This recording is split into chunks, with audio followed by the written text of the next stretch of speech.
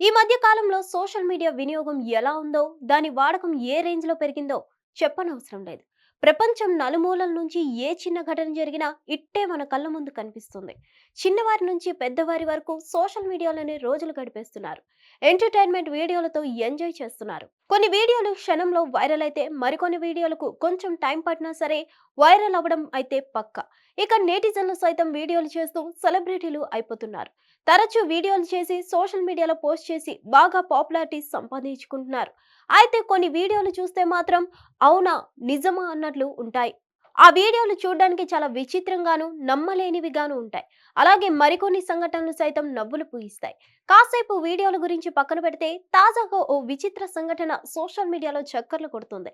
అంతేకాదు, అది చూసి నెటిజన్లు షాక్ అవడంతో పాటు ఇదేం పైత్యం రా బాబు అని నవ్వుకుంటున్నారు. ఒక గుడిలోని హుండీలో వచ్చిన ₹20 నోటు మీద ఉన్న రాత చూసి పొట్ట చెక్కలయ్యేలా నవ్వుకుంటున్నారు.